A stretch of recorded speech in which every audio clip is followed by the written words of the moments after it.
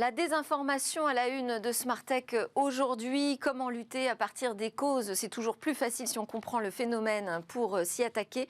On en parlera dans quelques instants avec Bernard Benamou, secrétaire général de l'Institut de la souveraineté numérique, et David Chavalarias, qui est docteur en sciences cognitives, directeur de l'Institut des systèmes complexes de Paris-Île-de-France. Bonjour à tous les deux. Bonjour.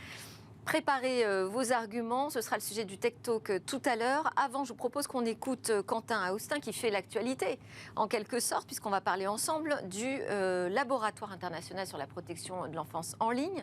Laboratoire donc, qui a été officialisé par l'Élysée juste avant le grand week-end. Bonjour Quentin. Bonjour.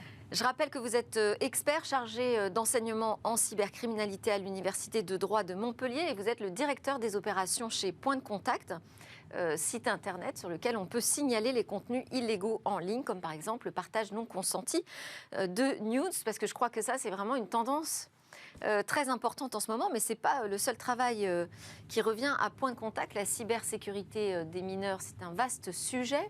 Est-ce que la création d'un laboratoire d'innovation sur ce thème est une bonne nouvelle, lancée donc par le président de la République, avec en premier projet la vérification de l'âge pour instaurer une barrière plus efficace sur l'accès des mineurs à la pornographie en ligne? Est-ce que c'était l'urgence numéro 1, Quentin ? Alors l'urgence numéro 1 pour nous, je dirais Point de Contact qui œuvre depuis plus de 20 ans à la protection des mineurs, ça a toujours été une urgence, donc je dirais mieux vaut tard que jamais. Le développement des technologies fait que le problème est d'autant plus prégnant. Nous, on salue très clairement l'initiative de la création de ce laboratoire pour différentes raisons. Déjà, sa dimension internationale. Point de Contact existe depuis plus de 20 ans et dès sa création avait déjà créé un réseau international de hotlines, donc aujourd'hui qui est représenté par INOP et qui représente plus de 50 hotlines à travers le monde. Donc la dimension internationale nous paraît indispensable pour lutter contre ces contenus qui passent de serveur en serveur. Parce que là, juste pour préciser, on va retrouver qui dans ce laboratoire d'innovation sur la protection des mineurs? On va retrouver des ONG, mais aussi les big tech. Alors ça, c'est le deuxième point qu'on salue très clairement. Il y a effectivement donc, les ONG, dont Point de Contact fait partie, les gouvernements, également les plateformes, et puis il y a eu un appel du président de la République plus vaste à toute entreprise qui souhaiterait justement apporter son expertise sur le sujet, justement pour fédérer l'ensemble des acteurs susceptibles d'apporter une aide dans la protection des mineurs au sens large d'ailleurs. Hein. Mais comment ça va s'actionner? Parce qu'on parle d'un laboratoire d'innovation, ça veut dire qu'on part de l'idée qu'il nous faut des nouvelles technologies pour mieux protéger les mineurs? Alors, il faut des nouvelles technologies pour protéger les mineurs, mais il faut surtout... Mais quel genre des technologies de détection, de hachage d'images qui permet en fait de laisser la technologie détecter des contenus qui auraient déjà été qualifiés et déjà connus. Donc ce qui permet à l'humain en définitive de ne pas avoir à analyser à nouveau des contenus déjà connus. La mise en commun, je pense que ça c'est un des points qui est essentiel à ce laboratoire, la mise en commun de moyens technologiques, d'expertise, de connaissances, qui permet en définitive d'avoir un niveau relativement homogène de l'ensemble des entreprises pour pouvoir lutter de manière efficace contre ces différents phénomènes. Alors ça passe concrètement et d'un point de vue opérationnel. En tout cas, nous, c'est un des projets qu'on portera particulièrement, qui est d'avoir une base de hash commune. Alors pour rappel, les hash, c'est une retranscription numérique d'un contenu, que ce soit une vidéo ou une image, et qui permet avec des algorithmes de la détecter automatiquement. À partir de là, des notifications sont envoyées soit aux hébergeurs, soit aux plateformes qui diffuseraient ce type de contenu, et ça permet d'agir rapidement dans la suppression du contenu et éviter sa diffusion à plus grande échelle. Donc mise en commun finalement de compétences. Tout à fait, oui. Ça doit être un espace de collaboration. Et comment on fait pour faire collaborer toutes ces entités qui sont quand même très différentes entre des États, des ONG et des grandes plateformes numériques? Alors c'est effectivement pas toujours simple. En même temps, moi, d'expérience de ce que j'ai pu constater au sein de Point de Contact, qui en quelque sorte est une forme de laboratoire. On se définit depuis quelques années comme un laboratoire d'innovation publique-privée. Donc on travaille à la fois avec le secteur privé, à la fois avec le secteur public. Comment Je dirais Est-ce que vous a donné la méthode là il y a une charte jeudi soir à l'Élysée. Il y a une charte qui, justement, après l'annonce officielle qui a été faite, une charte qui a été diffusée et qui engage en fait les membres qui rejoindront justement ce laboratoire sur différents niveaux, notamment un niveau éthique pour éviter des conflits d'intérêts par exemple. Et donc ce sera clairement bien cadré. Il y a un comité directeur, un comité exécutif, un comité scientifique et un comité éthique. Et vous allez vous rejoindre comment pour travailler ensemble ? Tout va se faire à distance ? Vous aurez des grandes conférences annuelles ? Il y aurait normalement 3 plénières par an et ensuite, je dirais un bilan, mais plus qu'un bilan, des annonces qui seront faites l'année prochaine lors du prochain Forum de Paris sur la paix, des initiatives qui auront été retenues, parce que par an, il y aura 3-4 projets qui seront soumis au comité exécutif, puis au comité directeur, et donc ces projets vont prendre l'année pour se développer et les annonces seront faites au prochain forum, donc parce que l'idée c'est de les mettre en pratique ensuite, ces différents développements et ces différentes initiatives. Voilà, on se laisse un an pour en réaliser certaines. Oui, parce que ce que je n'ai pas précisé, c'est que cette annonce a été faite dans le cadre du Forum pour la paix. Et ça, c'est plutôt une des bonnes nouvelles, c'est que finalement la protection des mineurs a fait partie des grands sujets qui ont été traités à cette occasion. Donc vous vous dites enfin. Les principales missions de ce laboratoire, j'ai parlé de la vérification de l'âge, il va y avoir aussi la lutte contre le cyberharcèlement et le partage d'images. Ça vous semble faire le tour des grandes préoccupations aujourd'hui et de ce qui pourrait permettre enfin de protéger les mineurs sur Internet ?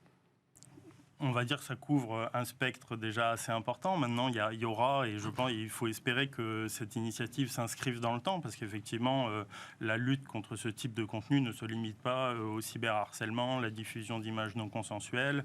Moi, je souhaiterais rappeler un point, et qui, je pense, fera aussi partie des projets de ce laboratoire, c'est faire un focus sur la sensibilisation, qui aujourd'hui est aussi un des remparts à ces différents phénomènes. Je ne dis pas qu'à lui, la sensibilisation à elle seule permettra de supprimer les soucis qu'on rencontre, mais c'est un point qui est vraiment très important et je pense qu'il faut faire connaître les initiatives, il faut sensibiliser les parents, les enfants aux dangers de l'Internet, voilà, pour justement permettre que ce soit là aussi et dans son ensemble quelque chose d'harmonieux et d'homogène, on va dire, dans la lutte. Oui, ça me fait penser à Jean-Christophe Le Toquin qui était venu sur ce plateau, donc président de Point de Contact, qui disait que une des nouveautés, une des grandes tendances que vous voyez arriver, ce sont tous ces partages finalement de contenus, alors pas illicites, mais on va dire qui peuvent se retourner contre les utilisateurs, qui sont faits de manière volontaire. Ouais. Partage d'images nues de soi ou... Voilà, effectivement, c'est le constat qu'on a fait. Alors peut-être effet Covid ou pas, on vient de sortir notre bilan d'activité la semaine dernière, donc qui est bilan d'activité qui concernait l'année 2021. Le constat qu'on fait, c'est effectivement qu'en matière de contenu d'exploitation sexuelle de mineurs, c'est beaucoup des contenus autoproduits, mais qui n'ont pas vocation... Ou produits par les parents d'ailleurs. Alors, produit par les parents, je dirais que tout est possible. Effectivement, il y a des parents aussi dingues que ça puisse paraître, qui exploitent leurs propres enfants. Mais voilà, les contenus autoproduits sont une part importante de ce qu'on est amené à traiter à Point de Contact. C'est-à-dire qu'ils exploitent leurs propres enfants. Non, je pensais plutôt aux parents qui diffusent des photos de leurs enfants. Sans penser à mal, des photos de leurs enfants dénudés qu'on retrouve ensuite, que vous retrouvez ensuite dans des réseaux criminels. Effectivement, il y a les détournements où effectivement le nom ou une certaine forme de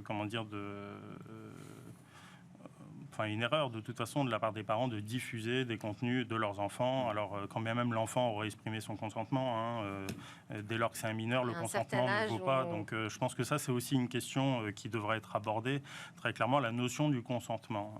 Oui. Donc ça fait partie... Qui pour l'instant n'est pas dans la feuille de route du laboratoire. On y arrivera, je pense, en réfléchissant au projet justement de partage non consensuel de contenu, parce que ça se repose très clairement sur... Sur la partie sensibilisation, il y a peut-être une réponse qui a été apportée aussi là, du côté du ministre délégué au numérique, Jean-Noël Barrot, Il a publié une tribune dans le JDD hier pour garantir à nos enfants la sécurité dans l'espace numérique. Il parle du passeport numérique PIX qui va être généralisé dès la 6e, donc pour tous les élèves en France, pour apprendre justement à réagir face au cyberharcèlement, développer des nouveaux réflexes. C'est ça que vous appelez la sensibilisation ? Alors pas que, mais ça en fait partie effectivement de ces initiatives. Avant ces initiatives, il y avait d'ailleurs Point de Contact a porté pendant longtemps l'initiative Passe ton permis web qu'on a fini par ne plus gérer parce que ça avait été repris par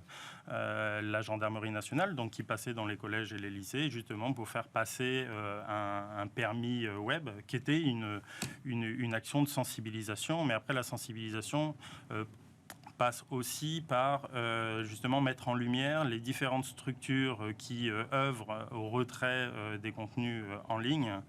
Ça, c'est, je pense... Savoir aussi vers qui on peut se tourner, finalement. Exactement. Toutes les big tech étaient invitées à l'Élysée, elles étaient toutes présentes ?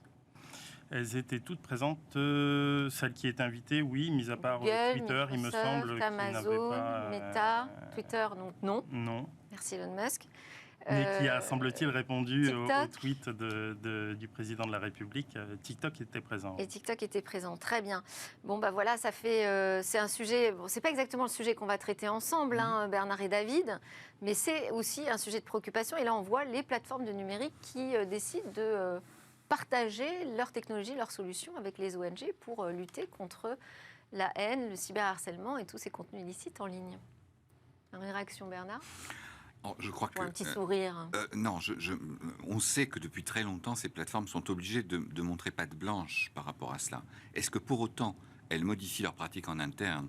Puisqu'on parlait de Meta, par exemple, qui a toujours mis la main sur le cœur pour dire à quel point ils étaient soucieux de la régulation de chaque région du monde, parfois trop d'ailleurs, parfois de façon complaisante par rapport à des dictatures, mais par rapport aux démocraties, il y a la main droite, lobbying, action publique, et la main gauche, marketing, qui ne se sont jamais parlé.